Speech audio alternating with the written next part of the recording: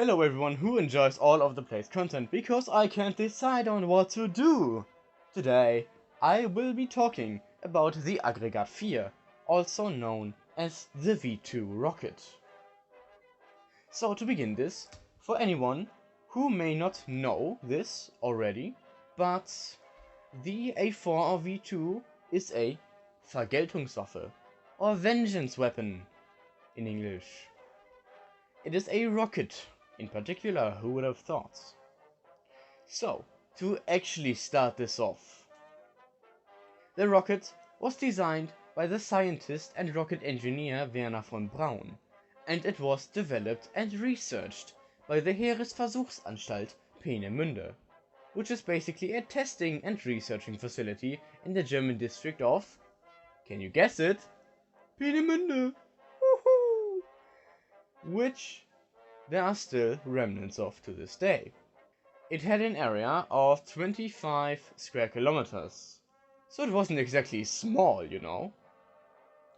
The rocket itself was 14.03 meters tall or long, whatever you want to say, and it had a diameter of 1.6 meters.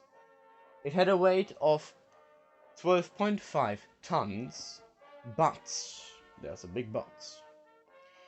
I couldn't find concrete evidence. To be fair, I didn't check that thoroughly, yeah? I checked maybe 2 sources, but both fell around this range.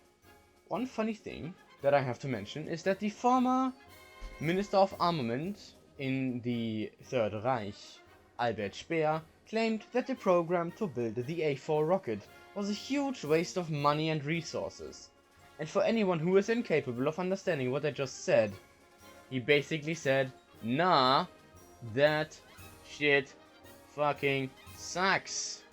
It was on October the 3rd of 1942 that the first successful launch of the A4 happened, on Test Stand 7 on the Peenemünde launching site. The rocket broke the sound barrier and proceeded to land 193-ish kilometers away on the Baltic Sea.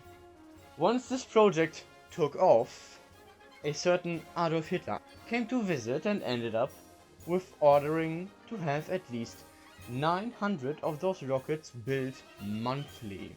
Yeah, monthly.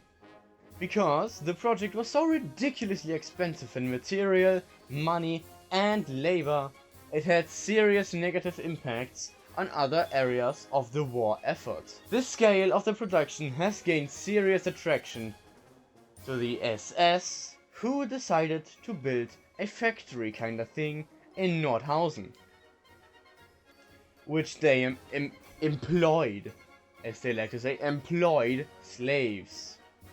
You know, you can't employ slaves, they are slaves. The first employment of the rockets came on the 8th of September, when an A4 came crashing down on a part known as Chiswick, London. I won't be going over the launching procedures, because I think it is ridiculously complicated. I won't be going over the launching procedures for the A4, because I think it is ridiculously complicated.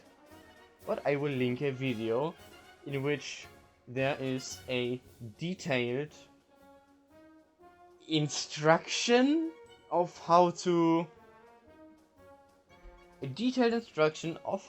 launch this thing. So let's go over how the rocket was built, basically, or just mostly the engine, because the other stuff is boring.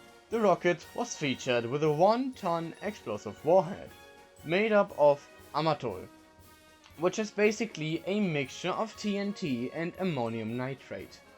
It had an explosive power of like 0.8 tons or 0.9 tons of TNT. So, despite Hitler's expectations, the project was basically useless.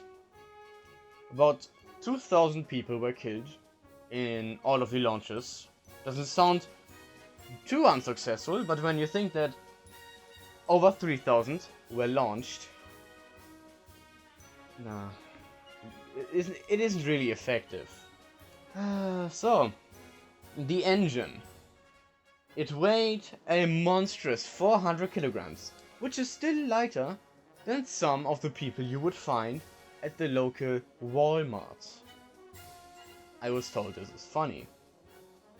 The rocket was fueled with 75% liquid ethanol, which burned at a rate of 58 kilograms a second, producing 245 kilonewtons of thrust.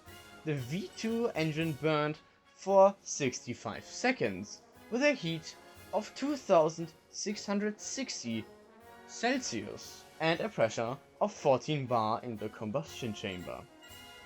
The A4 rocket motor was the first design that successfully moved large volumes of fuel to the combustion chamber using gas turbine-driven fuel pumps. The gas turbine was powered by hydrogen peroxide, of which 130 liters were contained in the small ellipsoidal tank. This liquid was expelled from the tank by compressed nitrogen from bottles on the rack. The thrust frame was one of the key components in the engine's assembly. The frame was able to successfully transmit 25 tons of thrust to the rocket, and it withstood the punishment of the heating and the shaking by being extremely light as well. I quoted this from the website v2rocket.com. I quoted it because I am too lazy to write something that others have already written. So, all in all, the V2 rocket, or the A4 rocket, it was a good idea, in my opinion, but it sucks. It sucks so bad. At least, it was a good step in the right direction for rocketry and its developments. Anyway, to finish this video off, I have to thank the Mr. Tablesize from Tablesize Productions for letting me record on this world in VR chat. He made it. It will go online in God knows how long. But I'm still very grateful for it, because it isn't, you know, something that is normally done, I guess. So, consider checking out his channel. I will link it as well in the description. I would really appreciate if you leave a like and subscribe, because it is always nice to see that I'm getting at least some semblance of traction on this world of videos. Yes. So, without anything else to add, I will now be going to drink this alcohol behind me.